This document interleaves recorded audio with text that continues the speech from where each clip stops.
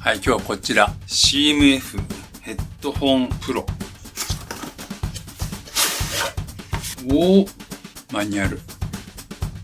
うわケース 3.5mm オーディオケーブル。かっちょいいな。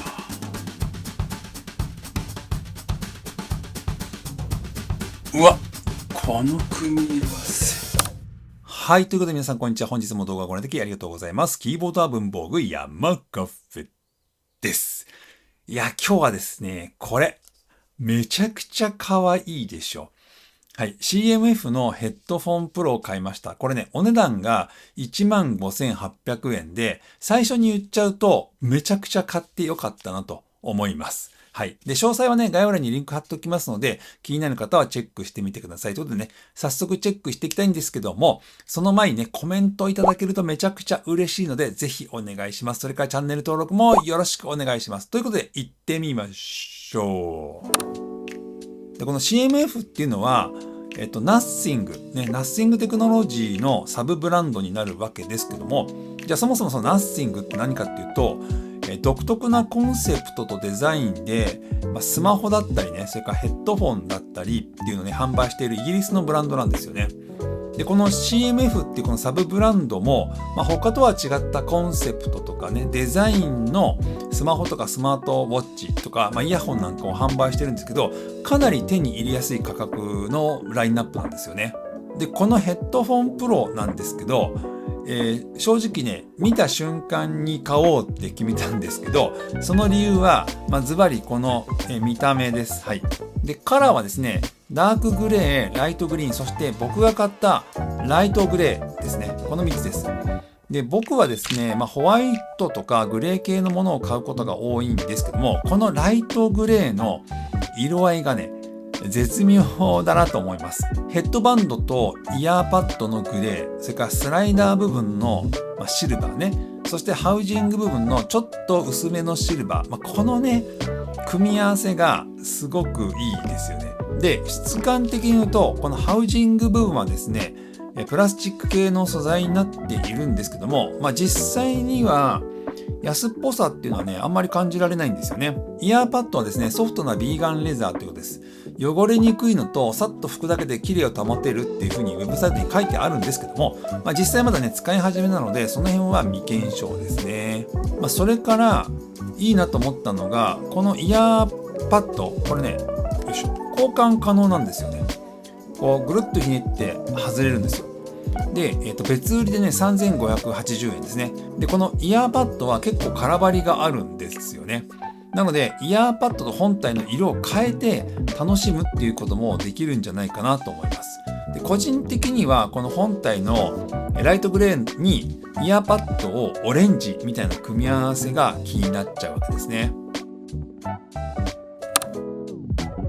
で、本体の操作はですね、左右のこのハウジング部分で行うわけですね。左側から見ていくと、スライダーの上下で低音調整ですね。それから電源及びペアリングのボタン、3.5mm のオーディオジャックになります。で、右側を見ていくと、ローラーがありまして、上下でボリュームコントロール、押し込みで再生一時停止、それから押し続けることでノイズキャンセリングとか外音取り込みモードの変更ができます。で、その他にですね、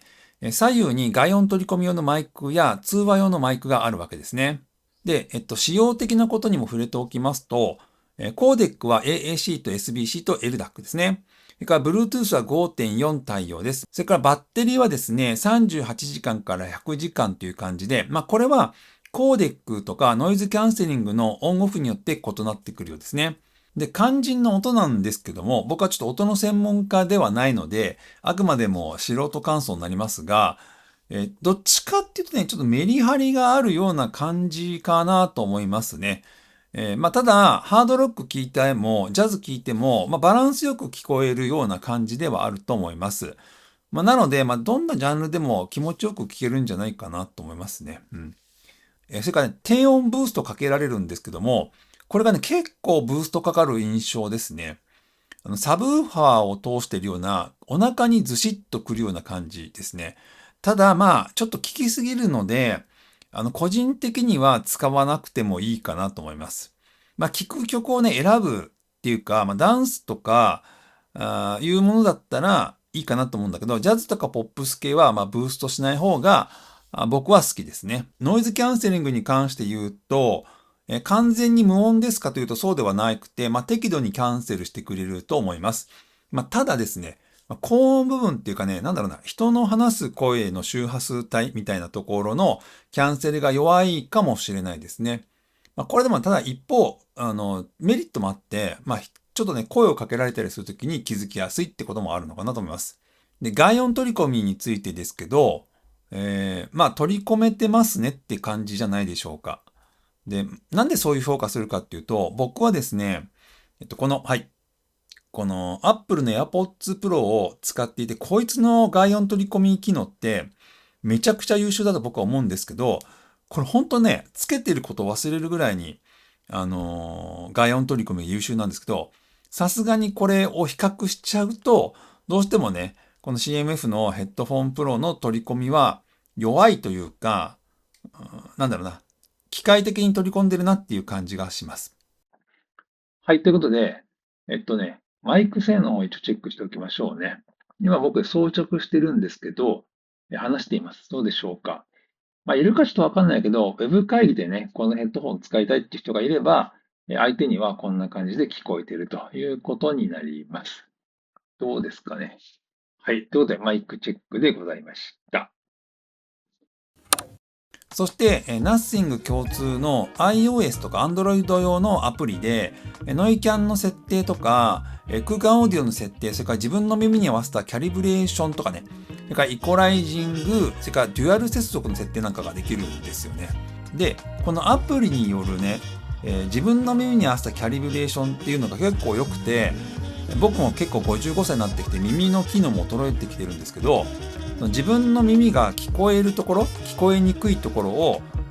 調整してくれるんですよね。なのでこのキャリブレーションによって聞こえなかった音っていうのも結構聞こえるようになってきて、本当の音かって言われるとまたちょっと違うのかもしれないけど、個人的にはこのキャリブレーションしてよかったなと思います。それからね、ちょっと気になることが何点かあるんですけど、まずね、外音取り込み用のマイクが、このハウジングについてるんですけど、こう操作するときにね、マイクを触ってしまうと、ガサガサガサって音がします。それからですね、価格なりにやっぱりいろいろ省かれているんですけども、まず一つ目が、こうヘッドフォンをね、こう外しても、この装着センサーがないので、再生が一時停止かかることがありません。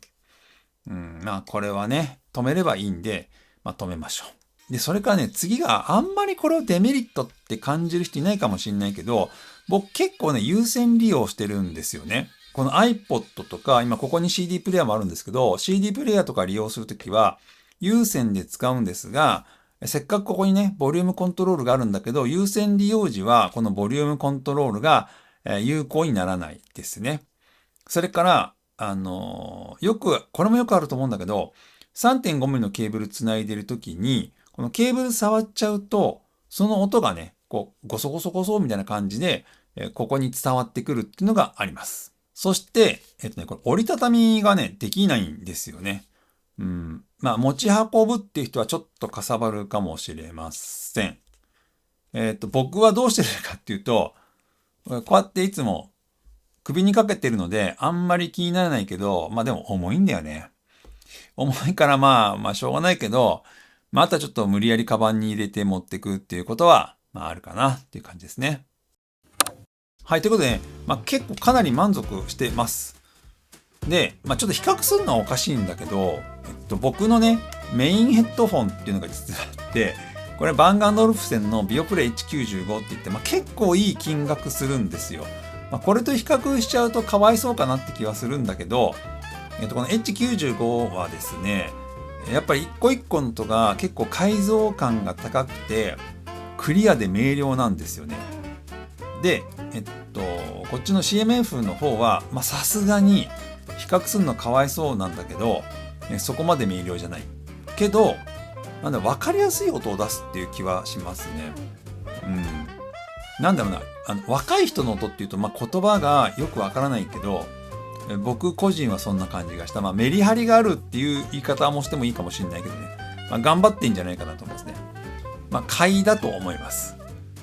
ぶっちゃけこれ 15,800 円だからね、結構ガンガン使えると思うんですよね。見た目が気に入れば、